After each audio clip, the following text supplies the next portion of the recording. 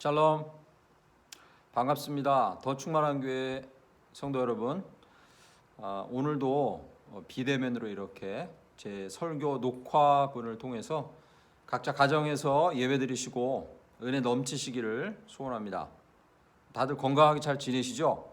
저도 좀 건강합니다. 여기 조명이 조금 어두워서 얼굴이 좀 까무잡잡하게 보이는데 제 얼굴 피부 하얀 거 아시죠 원래?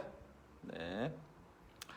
오늘은 이사야 37장 말씀 그리고 더불어 한 군데 더 사무엘상 28장 말씀도 함께 살펴보겠습니다.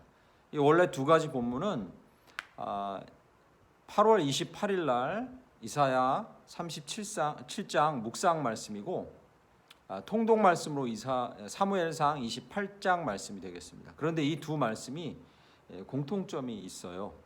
그래서 함께 살펴보도록 하겠습니다. 두 군데의 본문을 가지고 다급할수록 정도를 걸어라 라는 제목으로 하나님의 말씀을 잠시 나누고자 합니다. 이사야 37장에 나와 있는 왕은 저희가 잘 아는 히스기야 왕입니다. 사무엘상 28장에도 왕이 나오는데 이 왕의 이름은 역시 저희가 잘 아는 사울입니다. 두 왕의 이야기를 다루고 있는 두 본문인데요. 공통점이 있습니다. 뭐냐? 적군이 아주 강대한 적국의 군대가 쳐들어와서 국가가 망할 위기에 처해 있는 시점의 이야기라는 거죠. 한 나라의 국가 수장으로서 왕으로서 얼마나 어깨가 무거웠겠습니까? 지금 코로나19 시대에 이렇게 어려운데 강경하고 신속하게 대처하면 기본권을 침해한다고 하고 좀 여유 있고 배려하고 심사숙고하면 때를 놓친다 하고 어떻게 해도 어려움이 있는 것이 지금 상황입니다. 이 시대에 왕에게 모든 권한이 집중되어 있던 이 시대 얼마나 힘들었겠습니까? 사울의 이야기부터 사무엘상 28장 이야기부터 해보겠습니다. 그래서 사울은 그 중압감이 너무 무거워서 사무엘상 28장 15절에 보면 나는 심히 다급합니다 이렇게 고백합니다. 얼마나 다급했는지 자기가 우리나라에서 무당들 다 없애라 해놓고 자기가 몰래 무당을 찾아갑니다. 블레셋 군대가 쳐들어와서 나라가 위기에 빠지니까 몰래 무당, 여기 성경에는 신접한 여인이라고 써있죠? 찾아갑니다. 찾아가서 죽은 사무엘을 불러 올려주십시오 라고 요청합니다. 사무엘이 올라와요. 나를 귀찮게 왜 불렀느냐 하니까 그때 이 말을 한 거예요. 사울이. 제가 너무 다급해서요. 제가 너무 다급해서요. 아무리 그래도 그렇지 하나님의 백성 이스라엘 그 왕이 무당에게 죽은 자의 영혼을 불러 올려서 뭘 물어보려 했다? 대단한 사건이죠. 마치 코로나19 시대 지금 이런 시대에 너무 다급하고 마음이 어렵고 힘들어서 목사인 제가 무당 찾아간 거죠.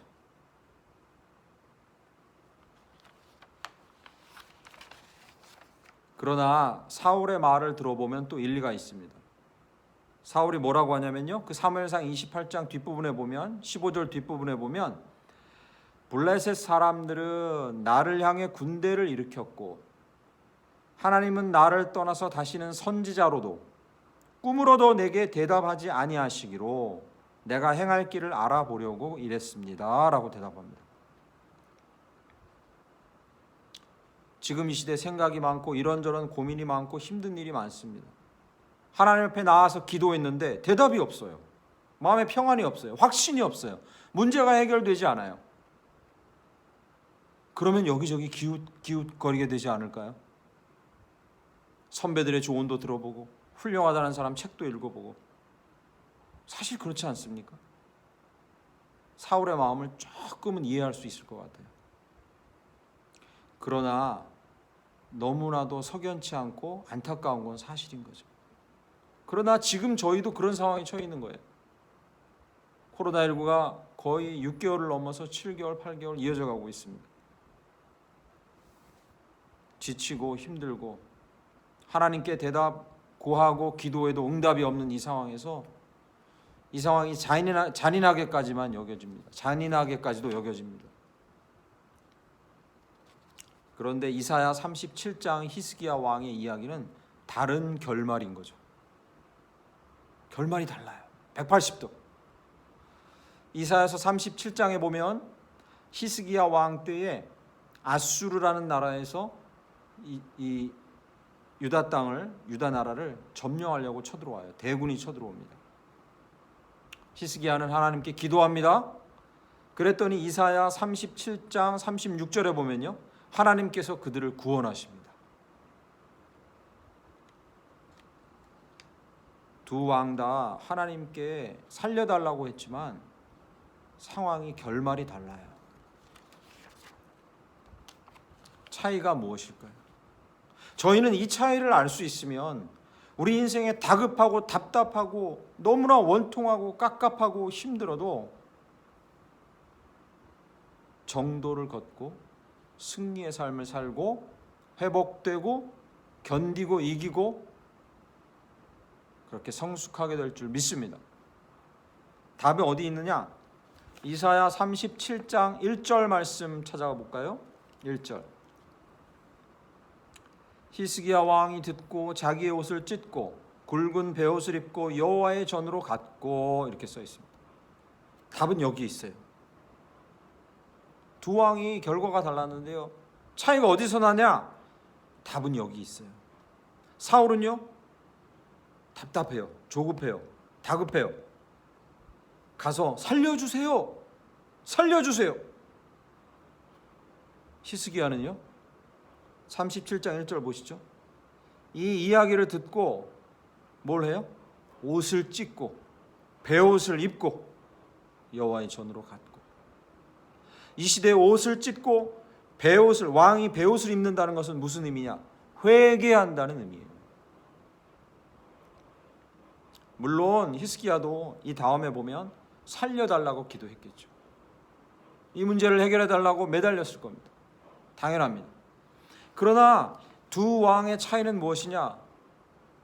살려달라고 본론을 먼저 이야기하고 목적을 이루려고 하고 그 목적으로 하나님 앞에 나아간 것과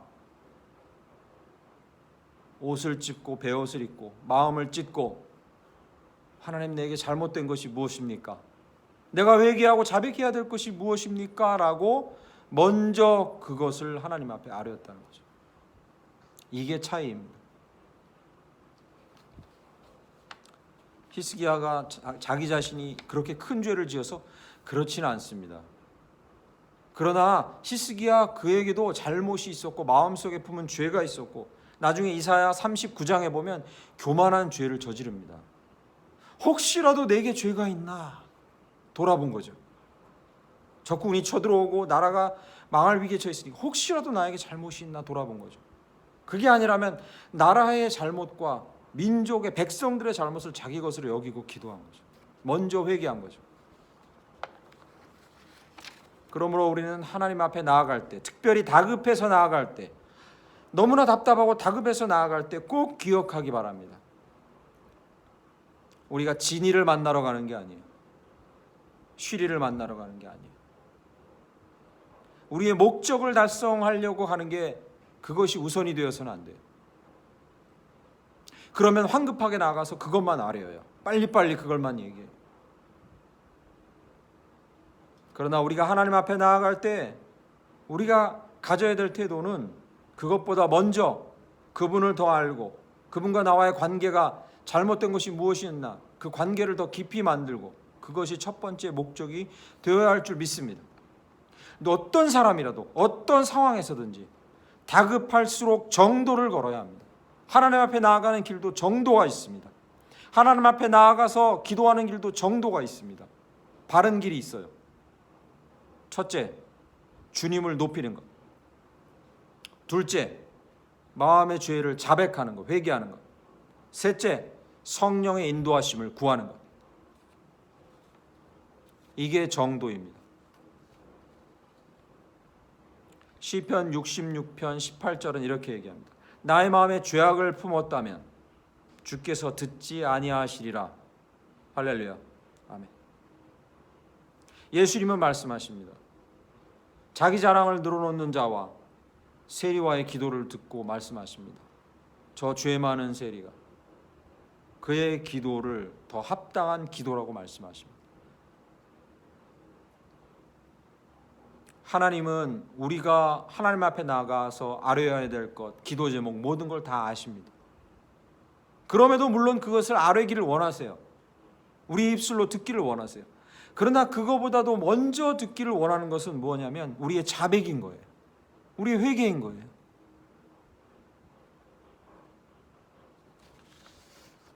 사랑하는 성도 여러분, 하나님 모든 걸 다 준비하고 계세요. 하나님 모든 걸 다 계획하고 계시고 이 모든 상황을 타개할 방법을 알고 계시고 이미 진행하고 계신 줄 믿습니다. 우리가 해야 할 일은 그를 높이고 그 앞에서 자백하는 거예요. 그게 먼저여야 해요.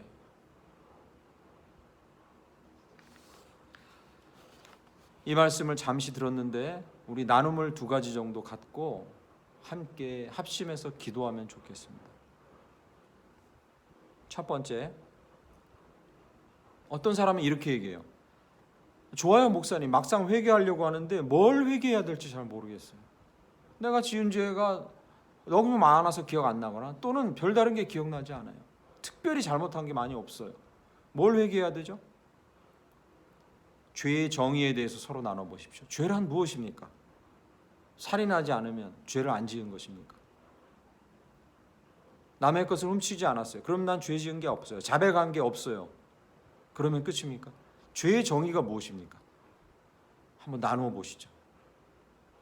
2번째, 내가 만약 죄를 자백하고 하나님의 이름을 높이고 그리고 하나님의 인도하심과 성령의 인도하심을 따라서 하나님의 위대한 역사를 경험했던 그런 경험이 있으면 나눠보면 좋겠습니다.